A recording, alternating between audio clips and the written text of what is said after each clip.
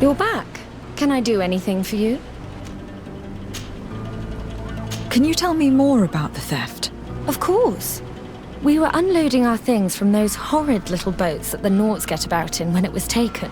I was busy setting up camp at the time, so I didn't see who it was. My men didn't see much either, because it was dark. But certain natives from the region stopped by in the morning.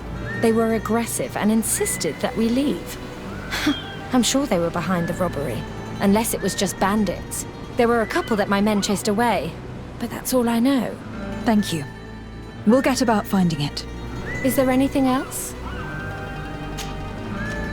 I won't deny that I'm surprised to hear about your engagement to my cousin, despite the excellent reason you put forth.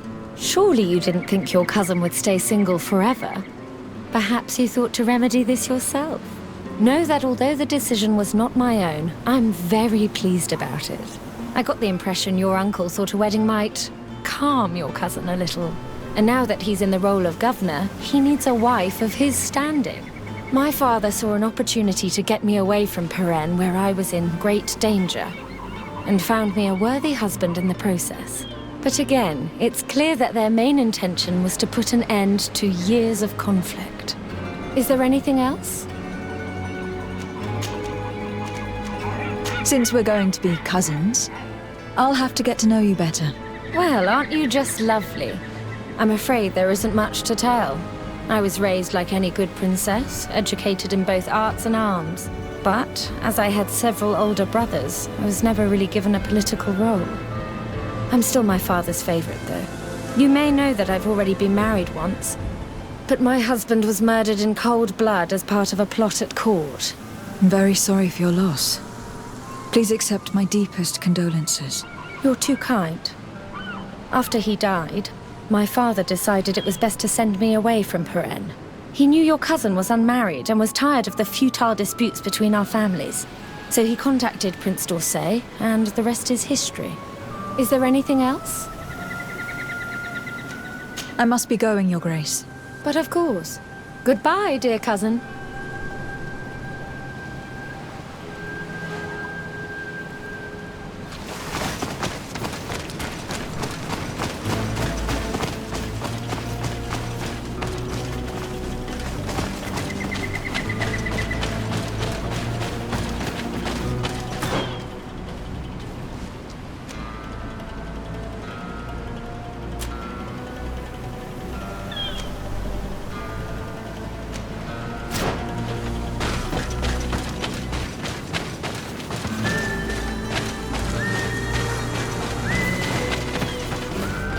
This whole wedding business seems suspect. It's very likely that Prince d'Orsay wants Constantine to marry, but choosing Aurelia de Vespe as his daughter-in-law is astonishing, to say the least. I can't believe it either. There's too much rancor between our families. Could the contract she spoke of be forged? Is it even possible? I'm not familiar with the practice. A document can be forged, especially by them. This much is clear. If we find it, it'll need close scrutiny.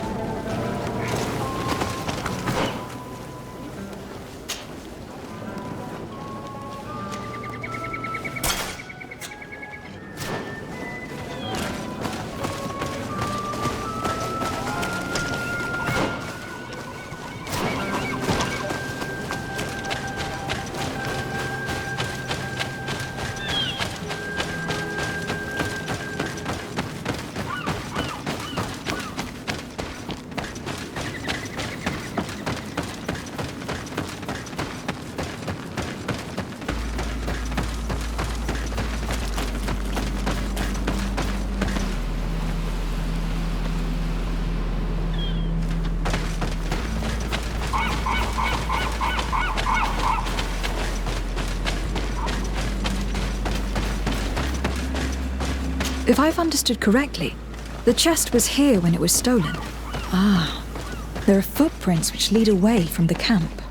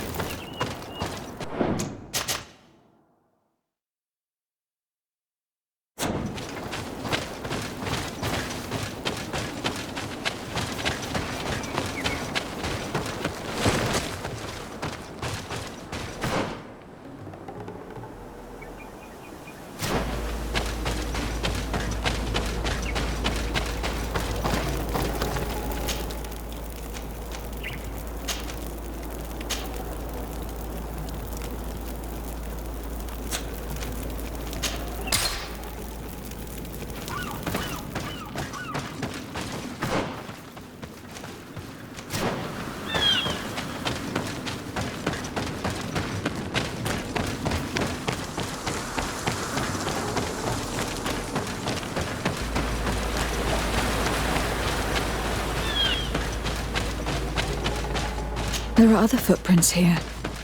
They're quite deep, as if the person who made them were carrying a heavy load. We're on the right path.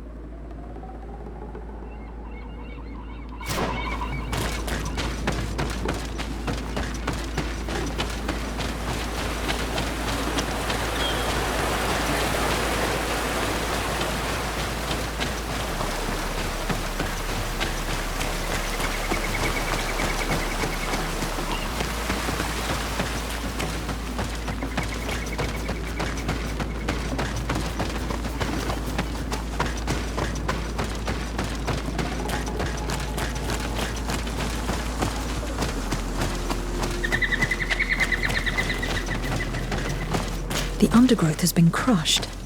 Several people passed through here.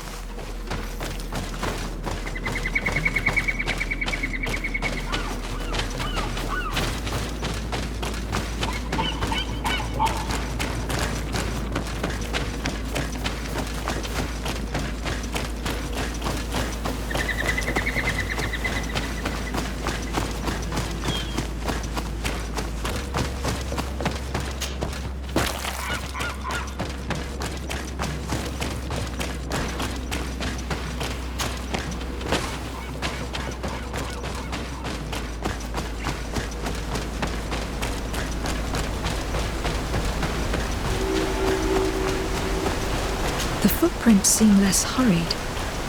The thieves must have felt safer here. We must be getting close.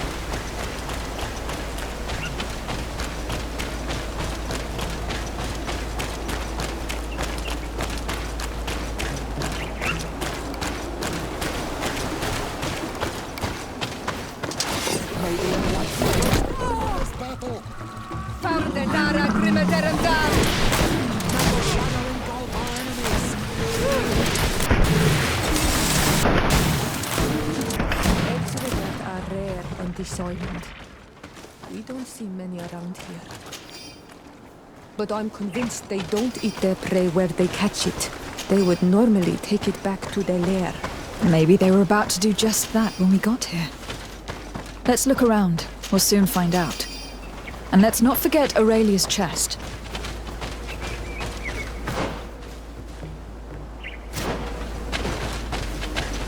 That's curious. On closer inspection, these men were obviously not killed by animals. The stab wounds are clearly visible. The fact that these outlaws were stabbed is highly suspicious. We'd best go back to the camp and return the chest.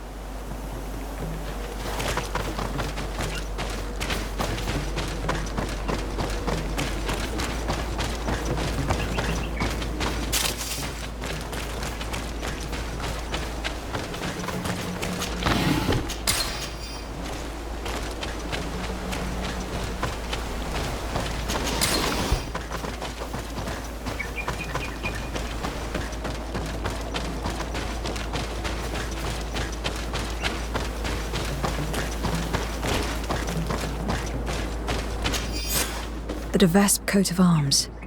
This must be the chest Aurelia asked us to find. Can you open it? I'd be curious to see if the contract she spoke of is genuine. I can't see a lock, and we'd be hard-pressed to explain why we broke it. We'd better bring it back untouched. Wait. There are armed men on the path. We should try to find a lookout point to learn more before we move on.